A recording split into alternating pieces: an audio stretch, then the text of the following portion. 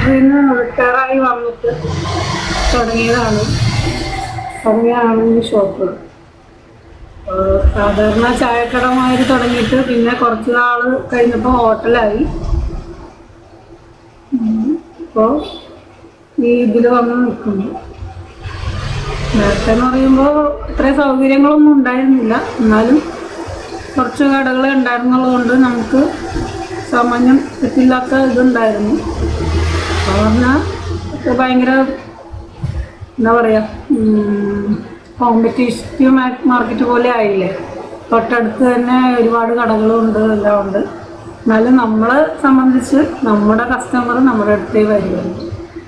നമ്മള് രാവിലെ മെനു എന്ന് പറഞ്ഞാല് ഇഡ്ഡലി വട, പുട്ടുകടല, പൂരി മസാല, ലിമിറ്റഡ് ക്വാണ്ടിറ്റി ഉണ്ടാക്കാറുള്ളൂ. ആ ഒരു ഇതിൽ അത് അത്രേ കപ്പാസിറ്റി ഉള്ളൂ. കാര്യം ഞങ്ങൾ രണ്ടുപേരും ഇപ്പൊ ഈ പറഞ്ഞ ഡേവിസ് എന്ന് പറഞ്ഞ ആളാണ് ഇപ്പൊ ഹെൽപ്പ് ചെയ്യണത്. ഞങ്ങൾ രാത്രി തന്നെ കുറെയൊക്കെ ജോലി ചെയ്തു വെച്ചിട്ടാണ് പോകുന്നത്. അപ്പൊ രാവിലെ വന്ന് തുടങ്ങണം. അപ്പൊ അതൊക്കെ ഉള്ളതുകൊണ്ട് ലിമിറ്റേഷൻസ് ഉണ്ട് എല്ലാം. ഒരു 8:30 ആകുമ്പോൾ സ്റ്റാർട്ടാവും. ഒരു 11:30 ഞങ്ങളുടെ ബ്രേക്ക്ഫാസ്റ്റ് ഓൾമോസ്റ്റ് തീരും. പിന്നെ അഥവാ വേണമെങ്കിൽ പൂരി മസാല മാത്രമേ ഉണ്ടാക്കാൻ പറ്റുള്ളൂ. കാര്യം കടല തീർന്നു കഴിഞ്ഞാൽ പുട്ടുണ്ടാക്കൽ നടക്കില്ല. അത് ഒരു ലിമിറ്റഡ് ഇതിൽ ചെയ്യാൻ പറ്റുള്ളൂ. കാര്യം അത്രയും കോമ്പറ്റീറ്റീവായി ഒരുപാട് തട്ടുകടകളും പിന്നെ സ്വിഗ്ഗി ഇതൊക്കെ വന്നപ്പോൾ പിന്നെ നമ്മൾ അത്രയും നോക്കി വേണം ചെയ്യാനായിട്ട്. കാര്യം മാർക്കറ്റ് വാല്യൂ എല്ലാത്തിനും കൂടിയിട്ടുണ്ട്. ഗ്യാസ് എല്ലാം നമ്മൾ എല്ലാ day to day expense meet ചെയ്യാൻ വേണ്ടി നമ്മൾ ശ്രദ്ധിച്ച് ചെയ്തില്ലെങ്കിൽ ഭയങ്കര ബുദ്ധിമുട്ടിലേക്ക് വരും. അതുകൊണ്ട് വേസ്റ്റേജ് വരാതെ മാക്സിമം കൺട്രോൾ ചെയ്ത് ചെയ്യുന്നതാണ്. പിന്നെ നമുക്കും ലിമിറ്റേഷൻസ് ഉണ്ട്. കാര്യം നമ്മളത്ര പ്രൊഫഷണൽ ഒന്നും അല്ല. വീട്ടിൽ ചെയ്യണ പോലെ ഇവിടെ ചെയ്ത് കൊടുക്കുന്നു, അത്രേ ഉള്ളൂ. പ്രൊഫഷണൽ ആയിട്ടുള്ള ആളൊരു 4 വർഷം മുമ്പ് വരെ ഉണ്ടായിരുന്നു. അപ്പൊ നമുക്ക് പറ്റുന്ന ചെയ്ത് നിലനിൽപ്പിന് വേണ്ടി വേറെ ഒരു മാർഗം അറിയാത്തതുകൊണ്ട് ഇത് തന്നെ ഇങ്ങനെ തുടർന്ന് പോകുന്നതാണ്. അല്ലാതെ ഇത് ഇനി ഡെവലപ്പ് ചെയ്യണമെങ്കിൽ തന്നെയും നമുക്ക് നമ്മുടെ ബാക്ക് സപ്പോർട്ടിന് ആള് വേണം.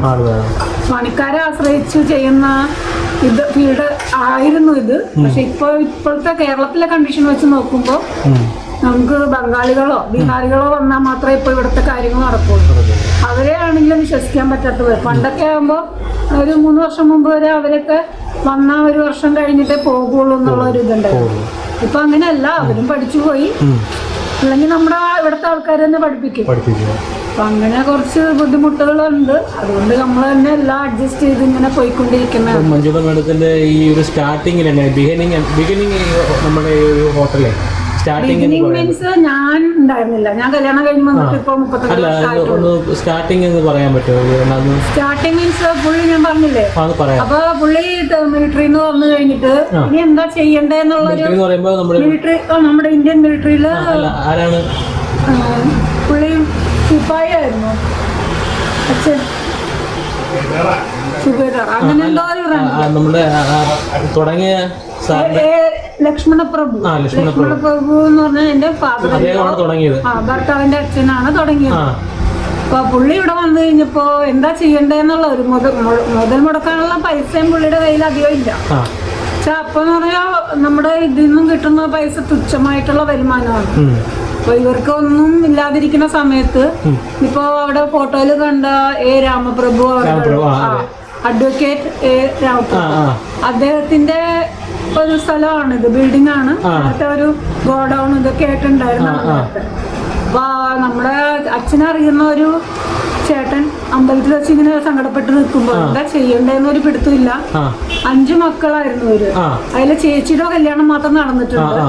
പിന്നെ ഇവര് 2 ആൺമക്കളും ഒരു അനിയത്തി ഒരു ചേച്ചിയും കൂടി ഉണ്ട്.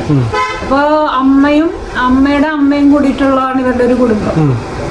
അപ്പൊ പുള്ളി പിന്നെ അമ്മമാരാണെങ്കിലും വീട്ടിലിരുന്നിട്ട് പപ്പടം ഇതൊക്കെ ഉണ്ടാക്കി വളരെ കഷ്ടപ്പെട്ടാണ് ഇവരെയൊക്കെ വളർത്തിയത്. അപ്പൊ പുള്ളി വന്നു കഴിഞ്ഞപ്പോ എന്താ ചെയ്യണ്ടേന്നൊരു പിടുത്തം. അപ്പൊ ഈ മനുഷ്യനെ കണ്ടു, കൂട്ടുകാരനെ. അപ്പൊ അങ്ങനെയാണ് ഇദ്ദേഹത്തെ ബന്ധപ്പെടുത്തിയിട്ട് എന്തെങ്കിലും ചെയ്യാൻ പറ്റുമോ. അപ്പൊ പുള്ളിക്ക് ഒരു ചെറിയ കടയുണ്ട് അവിടെ ഈ ബിൽഡിങ്ങിന്റെ അറ്റത്ത്.